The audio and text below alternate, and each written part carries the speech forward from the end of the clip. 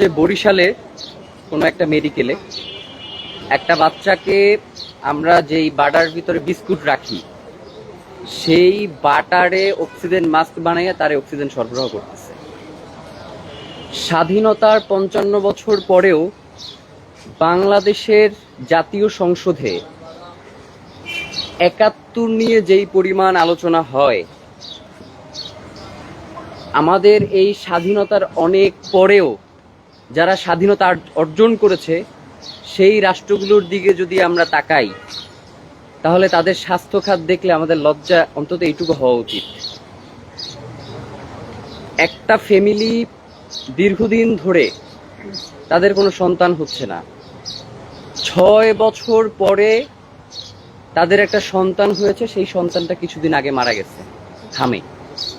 এখন এইখানে মনে হয় যাদের এই পরিস্থিতি মোকাবেলা করা লাগে নাই, তারা হয়তো এই জিনিসটা কোনোদিন ফিল করতে পারবে না। আমাদের দেশে রাজনৈতিক দলগুলোর কাজ হচ্ছে পারস্পরিক কাদা ছোড়াছুড়ি, একের দোষ অন্যের ঘাড়ে চাপানো। এর বাইরে একটা রাষ্ট্রকে কিভাবে গড়ে তুলতে হয় সেই ব্যাপারে তাদের খুব একটা কোনো কার্যকরী ভূমিকা নেই।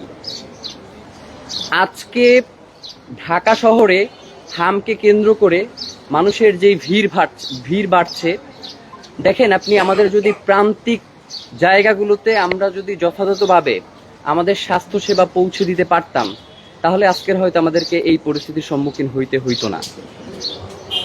রাকিব একটু আগে বলল যে মার্কিন যুক্তরাষ্ট্রেও অসংখ্য মানুষ হামে আক্রান্ত হয়েছে, কিন্তু তাদের মৃত্যু হার হচ্ছে 0।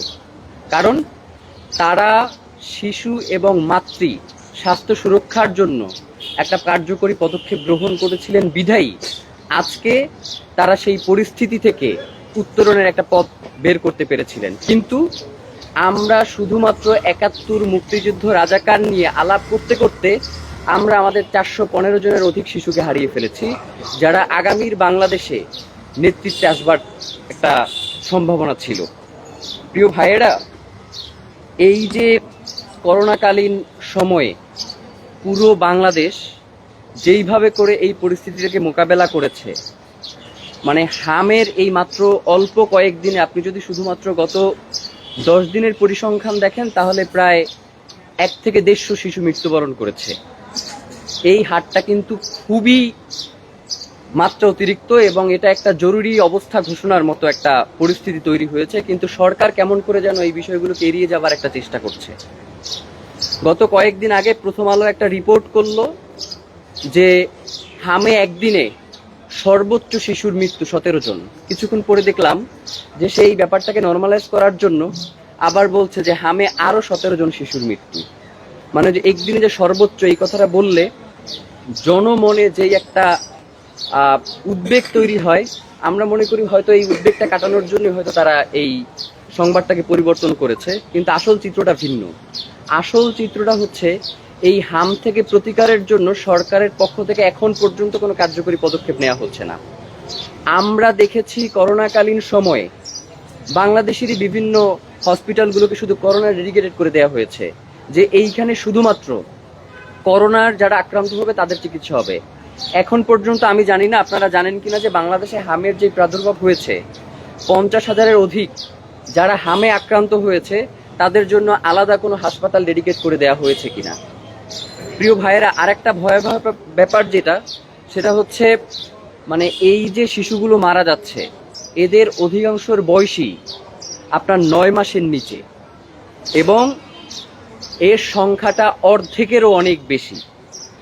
তো ৯ মাসের শিশুদেরকে বাংলাদেশে ইতিপূর্বে যে হামের টিকা সেই দেওয়ার বিধান ছিল না, বর্তমান সরকার ৬ মাস থেকে এই কার্যক্রম শুরু করেছে। তো এখন সবথেকে ভয়াবহ ব্যাপার সেটা হচ্ছে আমাদের মায়েরা তাদের ফিটনেস ধরে রাখবার জন্য তারা সন্তানদেরকে বুকের দুধ পান করান না।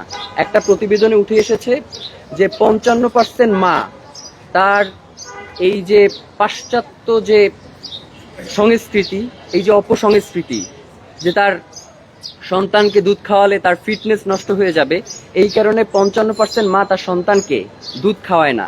আর স্বাস্থ্য অধিদপ্তর বলছে যে একজন মায়ের বুকের দুধ পান করার মধ্য দিয়ে 6 মাস পর্যন্ত একজন শিশুর ইমিউনিটি সিস্টেম গ্রো করে। তো যখন এই জায়গাটাতে শুধুমাত্র সরকারের দায় দিয়ে লাভ নাই, এখানে মূলত সর্বসম্মতিক্রমে আমরা একটা মহামারী ডেকে এনেছি। প্রিয় ভাইয়েরা, আর একটা ব্যাপার যেটা, সেটা হচ্ছে আপনার এই যে আমাদের দেশে সব থেকে বেশি দুর্নীতি যদি আপনি 2-3টা মন্ত্রণালয়কে ধরেন, তার ভিতরে একটা হচ্ছে স্বাস্থ্য মন্ত্রণালয়। আপনারা ইতিপূর্বে দেখেছেন যে একটা লিফটের দাম যদি 1 কোটি টাকা হয়, তারা সেইটা কিনে গিয়া 50 কোটি টাকা দিয়া। একটা আইসিইউ বেড তৈরি করতে তাদের যদি খরচ হয় হচ্ছে 50 লাখ টাকা, সেইটাতে তারা খরচ দেখেন 5 কোটি টাকা। এইভাবে করে করে গত 55 বছর ধরে বাংলাদেশের পুরো স্বাস্থ্য খাতটাকে ধ্বংস করে দেওয়া হয়েছে।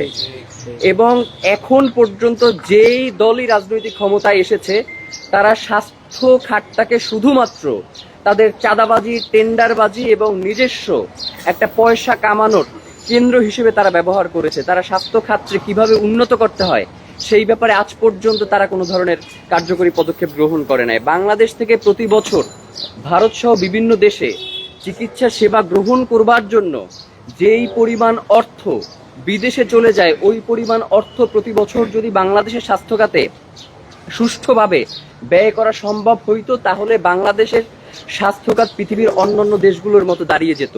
কিন্তু এই ব্যাপারে আমরা কোনো পদক্ষেপ কারো লক্ষ্য করছি না। আমরা লক্ষ্য করছি যে সরকার দল বলছে যে এই স্বাস্থ্যখাতে যে হামের যে মহামারী ঘটছে এর জন্য দায়ী ইউনূসগণ।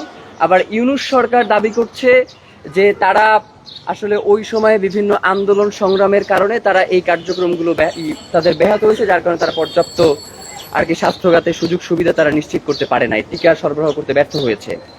কিন্তু এই দুই দলের কারো পক্ষ থেকেই বলা হচ্ছে না যে এই মুহূর্তে আমরা আসলে কোন পদ্ধতিটা অবলম্বন করব বা কিভাবে আমরা এই পথ থেকে উত্তরণের উপায় খুঁজে বের করব।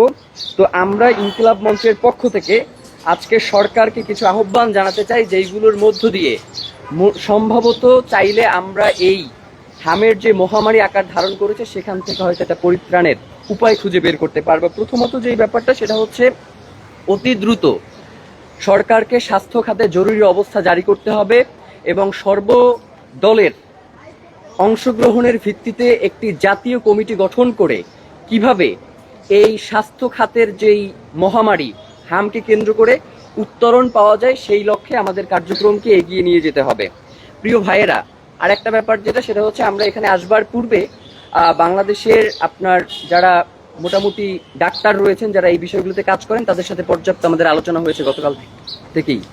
তারা আমাদেরকে জানিয়েছে যে বর্তমানে এই জায়গা থেকে উত্তরণের জন্য যেই ধরনের আইসোলেশন সিস্টেম, পিআইসিইউ, আইসিইউ সহ যেগুলো দরকার রয়েছে বাংলাদেশে, এগুলোর পর্যাপ্ত সরবরাহ নাই। তো আমরা সরকারকে অতি দ্রুত আহ্বান জানাই যে আজকে শিশুরাই আগামীর ভবিষ্যৎ, তারা যদি এভাবে অকালে ঝরে পড়ে তাহলে আসলে আগামীর প্রজন্ম যারা পরবর্তী সময়ে বাংলাদেশকে সার্ভ করবে, সেই সম্ভাবনার দ্বারটা আস্তে আস্তে বন্ধ হয়ে যাবে। সুতরাং এইখানে অতি দ্রুত এই ব্যবস্থাগুলো নিশ্চিত করতে হবে। এরপরে আর একটা ব্যাপার যেটা হচ্ছে, যে কোনো ঘটনাকে কেন্দ্র করে আমরা দেখি, সেটা দুর্ঘটনা বলেন বা হচ্ছে স্বাস্থ্য খাতে মৃত্যু বলেন, সবসময় একটা কি যে কতজন মৃত্যুবরণ করলো এই সংখ্যাটাকে একটু ধামাচাপা দেওয়ার চেষ্টা করা হয়, সঠিক সংখ্যাটাকে।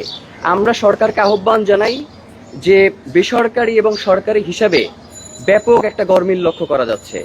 তো আমরা আহ্বান জানাই যে এই গরমিলের কারণে কিন্তু জনগণের একটা অনাস্থা তৈরি হয়। তো এইটাতে যাতে প্রপার ডকুমেন্টেশন তৈরি করে কিভাবে এখান থেকে উত্তরণের পথ, সেটা আমাদেরকে খুঁজে বের করতে হবে।